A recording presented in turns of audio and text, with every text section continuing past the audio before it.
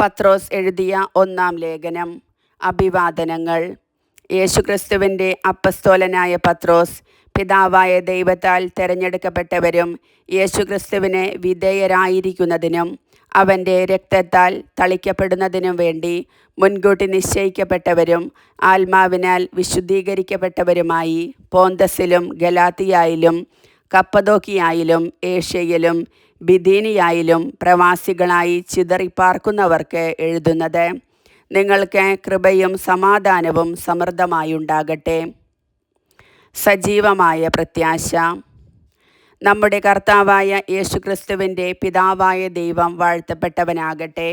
അവിടുന്ന് തൻ്റെ കാരുണ്യാതിരേകത്താൽ യേശുക്രിസ്തുവിൻ്റെ മരിച്ചവരിൽ നിന്നുള്ള ഉദ്ധാനം വഴി സജീവമായ പ്രത്യാശയിലേക്കും നിങ്ങൾക്കായി സ്വർഗത്തിൽ കാത്തു സൂക്ഷിക്കപ്പെടുന്ന അക്ഷയവും കളങ്കരഹിതവും ഒളിമങ്ങാത്തതുമായ അവകാശത്തിലേക്കും നമ്മെ വീണ്ടും ജനിപ്പിച്ചിരിക്കുന്നു.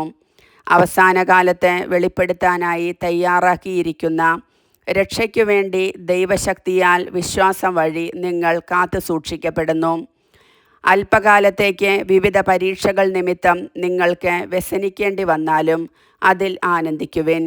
കാരണം അഗ്നിശോധനയെ അതിജീവിക്കുന്ന നശ്വരമായ സ്വർണത്തേക്കാൾ വിലയേറിയതായിരിക്കും പരീക്ഷകളെ അതിജീവിക്കുന്ന നിങ്ങളുടെ വിശ്വാസം. അത് യേശുക്രിസ്തുവിൻ്റെ പ്രത്യാഗമനത്തിൽ സ്തുതിക്കും മഹത്വത്തിനും ബഹുമാനത്തിനും ഹേതുവായിരിക്കും. അവനെ നിങ്ങൾ കണ്ടിട്ടില്ലെങ്കിലും സ്നേഹിക്കുന്നു.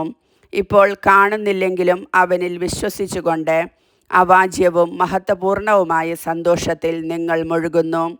അങ്ങനെ വിശ്വാസത്തിൻ്റെ ഫലമായി ആത്മാവിൻ്റെ രക്ഷ നിങ്ങൾ പ്രാപിക്കുകയും ചെയ്യുന്നു. നിങ്ങൾക്ക് ലഭിക്കാനിരിക്കുന്ന കൃപയെപ്പറ്റി മുൻകൂട്ടി അറിയിച്ച പ്രവാചകന്മാർ ഈ രക്ഷയെക്കുറിച്ച് ആരായുകയും അന്വേഷിക്കുകയും ചെയ്തു. ക്രിസ്തു സഹിക്കേണ്ടിയിരുന്ന പീഡകളെക്കുറിച്ചും അനന്തരമഹത്വത്തെക്കുറിച്ചും അവരിലുണ്ടായിരുന്ന ക്രിസ്തുവിൻ്റെ ആത്മാവ് മുൻകൂട്ടി പ്രവചിച്ചു. അവരാകട്ടെ അത് എപ്പോഴെന്നും എങ്ങനെയെന്നും ആരായുകയും ചെയ്തു. അവർ തങ്ങളെ തന്നെയല്ല നിങ്ങളെയാണ് ശുശ്രൂഷിക്കുന്നതെന്ന് അവർക്ക് വെളിപ്പെട്ടിരുന്നു. സ്വർഗത്തിൽ നിന്ന് അയക്കപ്പെട്ട പരിശുദ്ധാത്മാവ് വഴി സുവിശേഷ പ്രസംഗകർ ഇക്കാര്യങ്ങൾ നിങ്ങളെ അറിയിച്ചിട്ടുണ്ടല്ലോ. ഇവയിലേക്ക് എത്തിനോക്കാൻ ദൈവദൂതന്മാർ പോലും കൊതിക്കുന്നു. വിശുദ്ധരായിരിക്കുവിൻ. ആകയാൽ നിങ്ങൾ മാനസികമായി ഒരുങ്ങി സമചിത്തതയുള്ളവരായിരിക്കുവിൻ. യേശുക്രിസ്തുവിൻ്റെ പ്രത്യാഗമനത്തിൽ നിങ്ങൾക്കു ലഭിക്കാനിരിക്കുന്ന കൃപയിൽ പ്രത്യാശയർപ്പിക്കുകയും ചെയ്യുവിൻ. മുൻകാലത്ത് നിങ്ങൾക്കുണ്ടായിരുന്ന അജ്ഞതയുടെ വ്യാമോഹങ്ങൾക്ക് അനുസരണയുള്ള മക്കളെന്ന നിലയിൽ നിങ്ങൾ വിധേയരാകാതിരിക്കുവിൻ. മറിച്ച് നിങ്ങളെ വിളിച്ചവൻ പരിശുദ്ധനായിരിക്കുന്നത് പോലെ എല്ലാ പ്രവൃത്തികളിലും നിങ്ങളും പരിശുദ്ധരായിരിക്കുവിൻ. ഇങ്ങനെ എഴുതപ്പെട്ടിരിക്കുന്നു, ഞാൻ പരിശുദ്ധനായിരിക്കുന്നത് കൊണ്ട് നിങ്ങളും പരിശുദ്ധരായിരിക്കുവിൻ. ഓരോരുത്തനെയും പ്രവർത്തികൾക്കനുസരിച്ച് നിഷ്പക്ഷമായി വിധിക്കുന്നവനെയാണ് നിങ്ങൾ പിതാവെന്ന് വിളിക്കുന്നതെങ്കിൽ നിങ്ങളുടെ ഈ പ്രവാസകാലത്ത് ഭയത്തോടെ ജീവിക്കുവിൻ.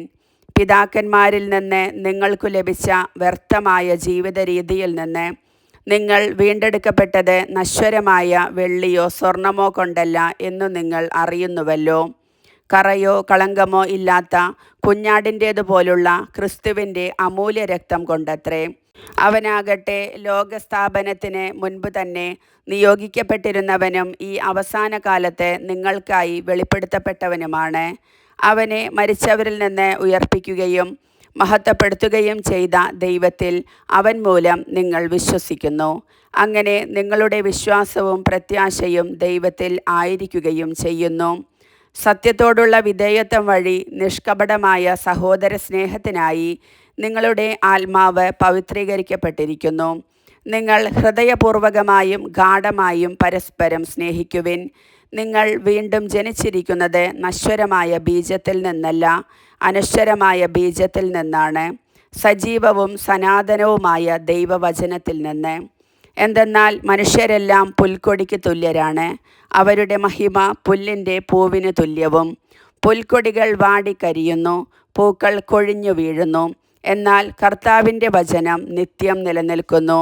ആ വചനം തന്നെയാണ് നിങ്ങളോട് പ്രസംഗിക്കപ്പെട്ട സുവിശേഷം. കർത്താവിൻ്റെ വചനം.